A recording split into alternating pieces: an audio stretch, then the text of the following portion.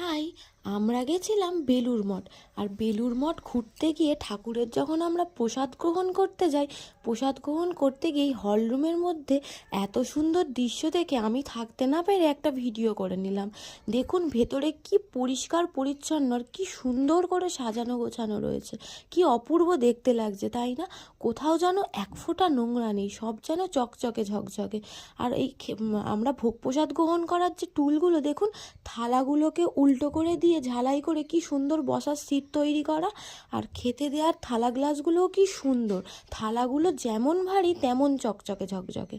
আর গ্লাসগুলো যেন সেই ঠাকুরকে জল দেওয়ার মতো ছোট ছোট গ্লাসগুলো, কি সুন্দর। আমাদের দেখে তো অসম্ভব ভালো লেগেছে এবং আমাদের আশেপাশে যারা ছিলেন তারাও সবাই বলছিলেন।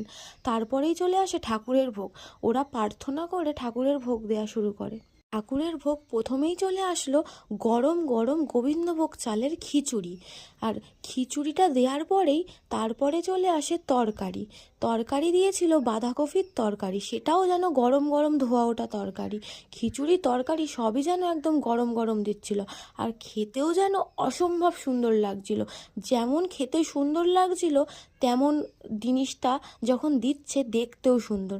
তারপরেই চলে আসলো জলপাইয়ের চাটনি, আর তারপরেই পায়েস দিয়ে দিয়েছিল।